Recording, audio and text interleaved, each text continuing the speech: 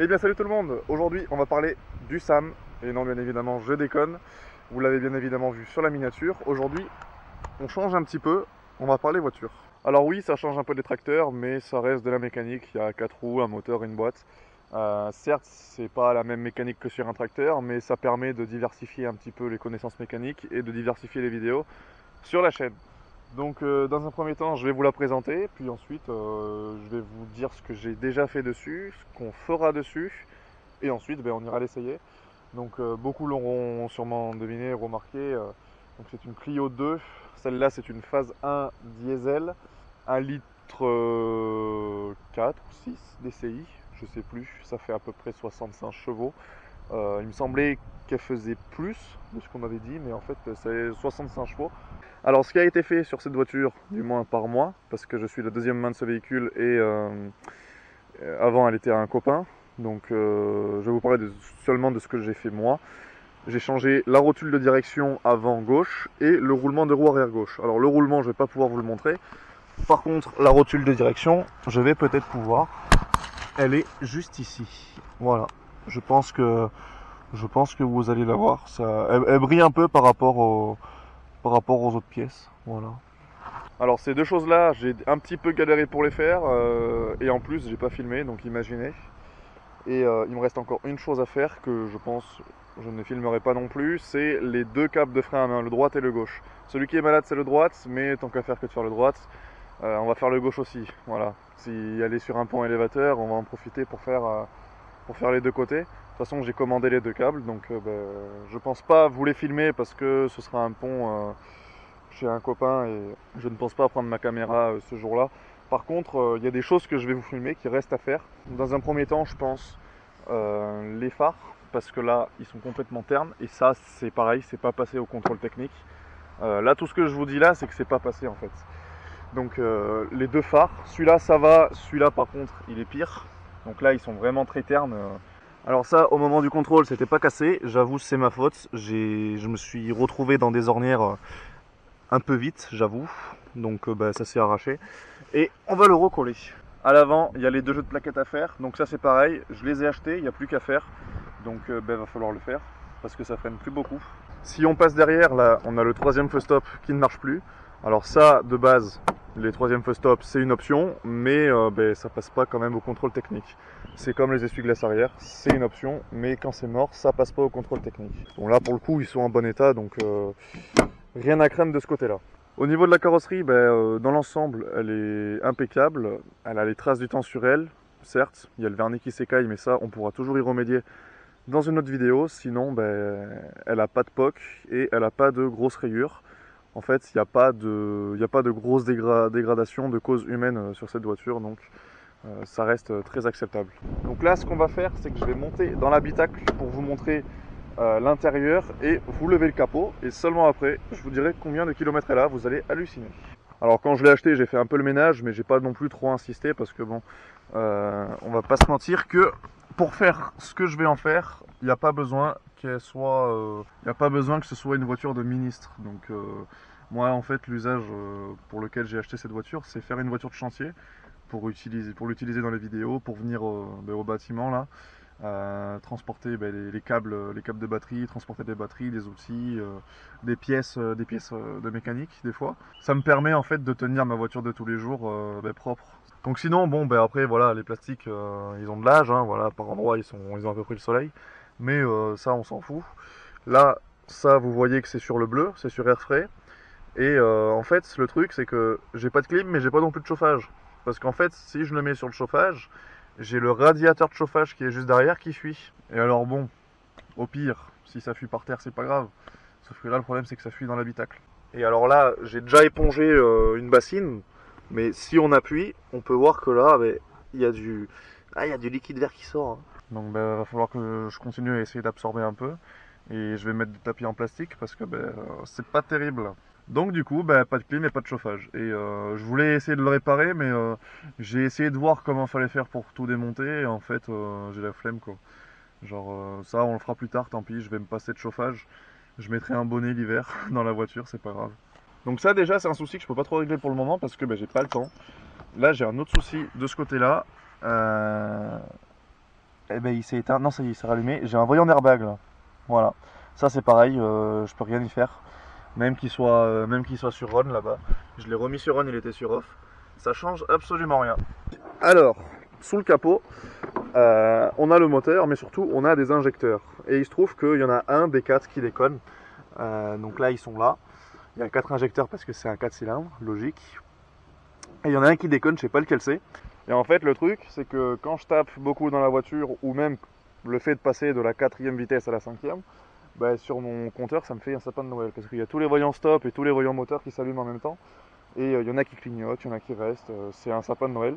Donc à mon avis, ça vient de ça, parce qu'au contrôle technique, il m'a dit que j'avais un injecteur qui déconnait.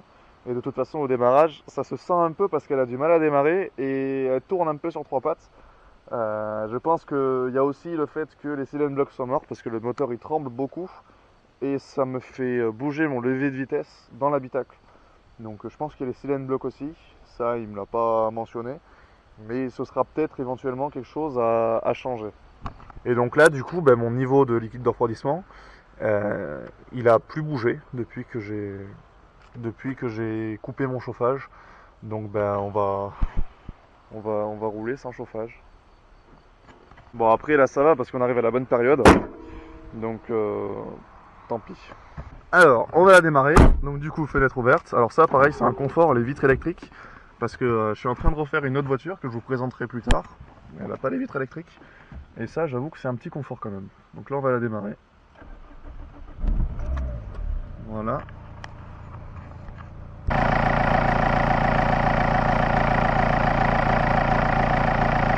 Donc là je sais pas si vous avez vu, mais le moteur il se met à bouger des fois. Et ça fait trembler toute la voiture, ça donne des à-coups. Et je pense que c'est ça qui, déjà qui m'a niqué un petit peu mes cylindres blocs. Et je pense que du coup c'est lié aux injecteurs. Puis de toute façon, on le voit ici, regardez quand j'accélère, le levier de vitesse il bouge tout seul. Donc là, ça c'est signe que les cylindres blocs sont un peu fatigués. Donc là j'ai mis la première, l'embrayage il patine pas. Donc ça faisait partie aussi des petites nouveautés. Cette petite Clio. Voilà, en tout cas j'espère que vous allez apprécier un petit peu le changement. Donc voilà, dites-moi ce que vous en pensez en commentaire. Si ça vaut le coup que je vous fasse d'autres vidéos sur cette voiture, si j'ai d'autres choses à faire. Il y a quelque chose que j'ai pas mentionné non plus, mais que j'ai prévu. J'ai acheté un filtre à huile et de l'huile pour faire la vidange moteur. Parce que je vous ai pas parlé du kilométrage, j'ai dit que je vous le ferais. Et en fait c'est marqué juste ici, voilà, elle a 415 210 km. Voilà. Donc, elle est un petit peu kilométrée, mais quand on voit au niveau de l'habitacle, de la carrosserie, l'état général, franchement, c'est une voiture qui a été entretenue. Voilà, l'ancien propriétaire il en a pris soin. Après, certes, dernièrement, il y a eu un sacré manque d'entretien. Il y a pas mal de choses à faire. Mais une fois que les choses seront effectuées, il n'y a aucune raison pour qu'elle n'aille pas plus loin. Et je pense qu'elle peut facilement monter, facilement dépasser les 500 000 km. Je n'en doute pas du tout, c'est des petits moteurs solides et en plus ça consomme pas, donc c'est très pratique. Donc là du coup je vais faire un petit peu ce que je peux en vidéo, je vais vous filmer tout ça, ce que je peux faire, et ensuite on se retrouve une fois que tout est fait, on se retrouve juste après.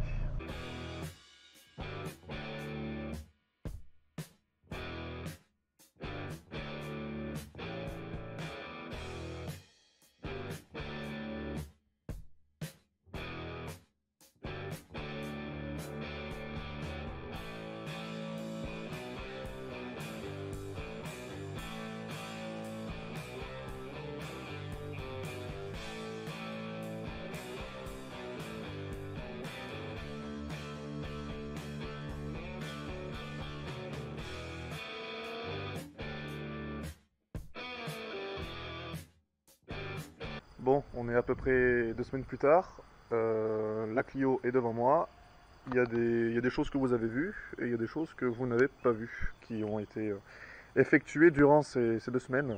Donc première chose que j'ai fait en vidéo, ça a été de vouloir changer les plaquettes de frein avant gauche.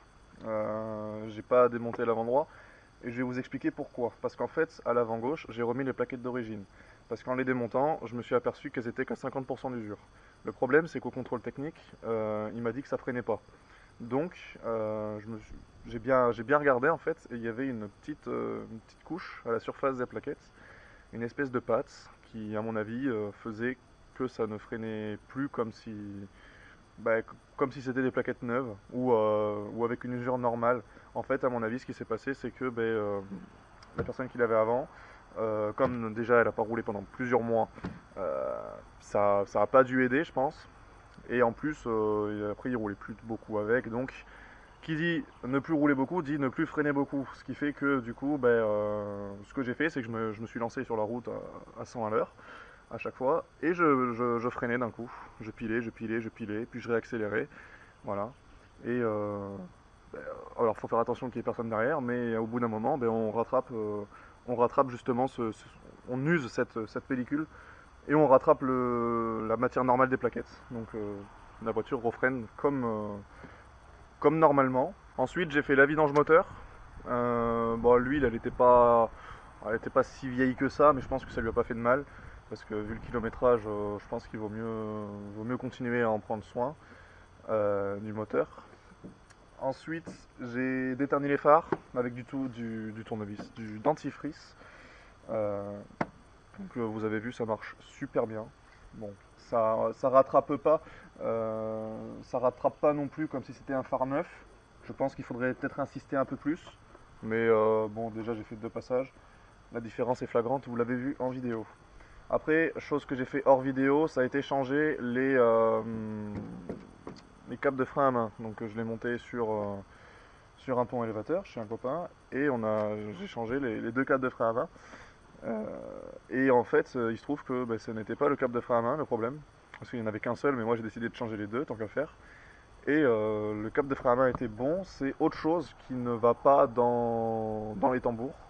Et j'ai toujours pas résolu le problème. Donc ça, je vous en ferai part dans une autre vidéo.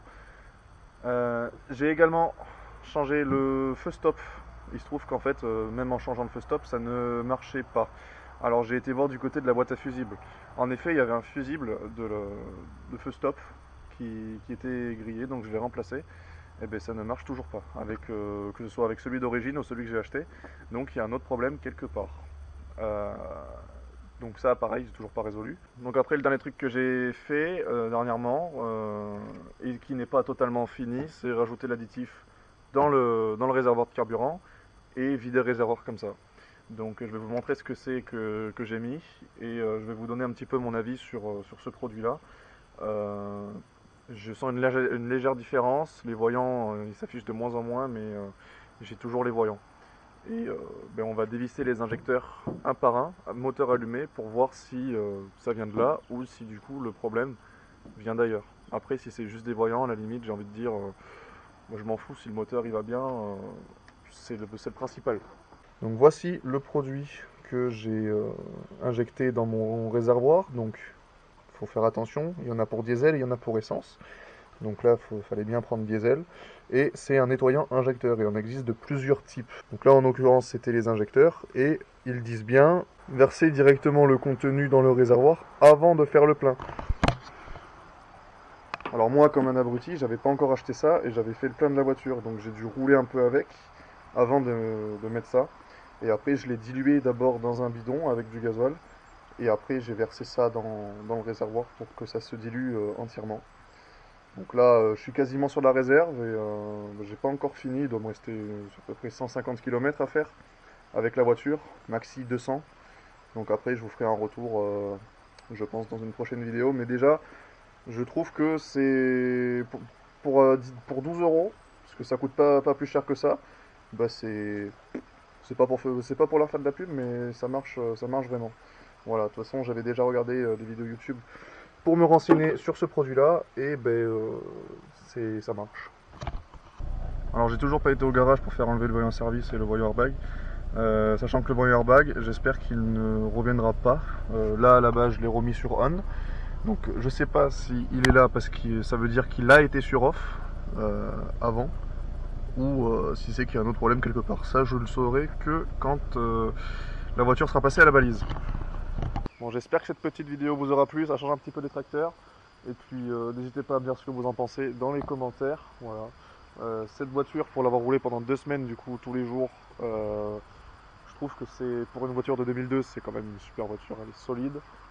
Il n'y a pas trop d'électronique encore, donc s'il y a une panne, c'est entre guillemets un peu plus facile de résoudre encore soi-même les problèmes. Bien que je n'arrive pas à trouver le problème du feu stop, mais ça je vous tiendrai au courant. Mais sinon, voilà, c'est pour une voiture de chantier, ça suffit largement, les vitres électriques, etc. J'en demandais même pas autant, donc c'est un confort, voilà. Bon, il reste encore pas mal de trucs à faire, mais le principal c'est qu'elle puisse rouler en toute légalité sur la route. Donc voilà pour cette vidéo, pour les avis et les questions comme d'hab en commentaire. Moi je vous dis à la prochaine, allez, ciao!